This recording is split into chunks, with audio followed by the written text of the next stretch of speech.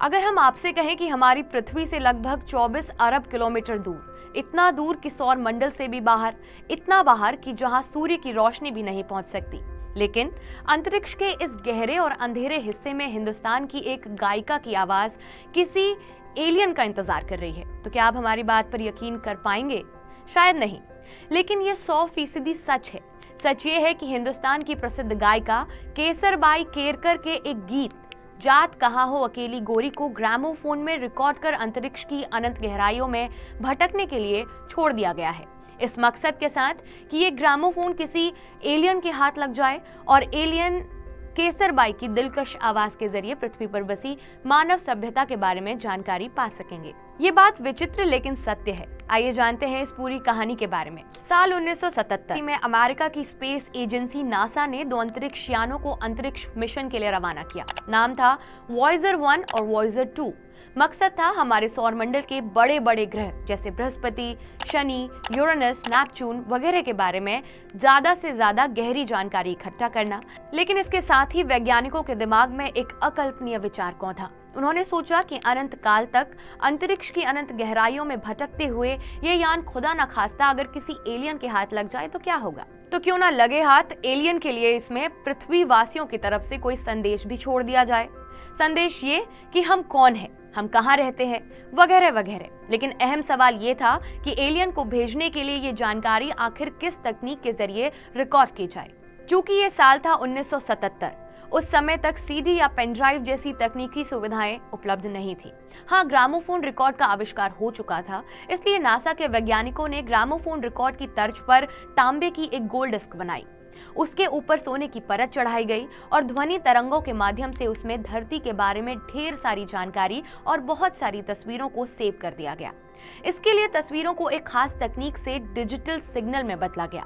फिर उस सिग्नल को एनालॉग फॉर्म में कन्वर्ट करके रिकॉर्ड पर उसी तरह डाला गया जैसे वेव फॉर्मेट यानी कि साउंड की लहरें डाली जाती हैं। इस डिस्क का नाम गोल्डन रिकॉर्ड रखा गया। लेकिन इसके बाद एक और काल्पनिक सवाल पैदा हुआ। सवाल ये कि अगर ये डिस्क एलियन के हाथ लग भी जाती है तो वो इसे डिकोड कैसे करेंगे। इसका समाधान निकालते हुए नासा ने डिस्क के कवर पर एक डायग्राम के जरिए ये भी बताया कि इसे ऑपरेट कैसे करना है। इस सिस्टम को इस तरह से डिजाइन किया गया ताकि बिना किसी खास टेक्नोलॉजी के भी किसी दूसरी सभ्यता के प्राणी सिर्फ लॉजिक और साइंस के आधार पर इसे समझ सकें। अब आप जरा अंदाजा लगाइए कि एलियंस के लिए जो गोल्डन रिकॉर्ड तैयार किया गया उसमें क्या क्या होगा। चलिए हम आपको बताते हैं। इस गोल्डन रिकॉर्ड में इंसानों के खाने पीने, खेलने कूदने की फोटो के साथ साथ ताजमहल की तस्वीर रखी गई है। जानवर, व्हेल मछली, पक्षी के साथ ही बारिश और हवा की आवाज डाली गई है। 55 भाषाओं में हाय, हेलो और नमस्ते, सलाम बोला गया है। और सबसे खास बात ये कि उस डिस्क में दुनिया भर के चुनिंदा संगीत भरे गए हैं। लेकिन अब जो बात हम आपको बताने जा रहे हैं उसको सुनकर आप गर्व से फूले नहीं समाएंगे।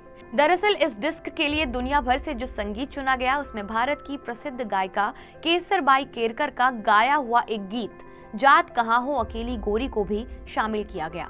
जात कहाँ हो अकेली गोरी गाने में एक माँ अपनी बेटी से पूछ रही है कि कहाँ जा रही हो अकेली। बता दें कि केसरबाई केरकर का जन्म गोवा के एक छोटे से गांव में हुआ था। उनके बारे में प्रसिद्ध है कि वो स्टेज पर माइक का इस्तेमाल किए बगैर ही गाती थी। लेकिन गायिका इतनी जबरदस्त थी कि रविंद्रनाथ टैगोर ने उन्हें सुश्री की उपाधि से नवाजा था।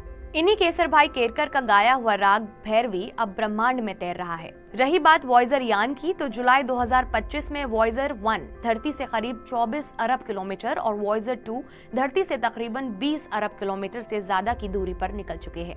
ये दूरी इतनी है कि वहां तक सूरज की रोशनी भी पहुंचते पहुंचते थक जाएगी। ये दोनों यान अब सौर मंडल और सूरज के प्रभाव से बाहर निकल चुके हैं, लेकिन 1,61,100 किलोमीटर प्रति घंटे की रफ्तार से अंतरिक्ष की यात्रा कर रहे हैं। पिछले 47 साल से लगातार डाटा इकट्ठा कर नासा को भेज रहे हैं। हालांकि नासा के मुताबिक 2030 तक इनकी बैटरी खत्म हो जाएगी, फिर उनसे संपर्क भी टूट जाएगा और ये डेटा भेजना भी बंद कर देंगे। लेकिन इसके बाद भी वो करोड़ों सालों तक बिना दिशा निर्देश के अंतरिक्ष में भटकते रहेंगे। और इन्हीं यानों में रखा गया है गोल्डन रिकॉर्ड भी करोड़ों साल तक ब्रह्मांड में तैरता रहेगा।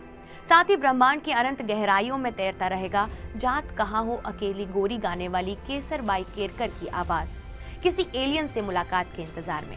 जाते जाते ये भी बता दें कि वॉयेजर और गोल्डन रिकॉर्ड मानव द्वारा निर्मित और मानव सभ्यता के इतिहास की एक ऐसी चीज है जो पृथ्वी से सबसे ज्यादा दूर पहुंच चुकी है। अगर आपको ये किस्सा अच्छा लगा हो तो वीडियो को लाइक करें और शेयर करिए और कल्पना करके बताइए कि अगर कभी एलियन के हाथों में गोल्डन रिकॉर्ड लग गया तो उनकी क्या प्रतिक्रिया होगी।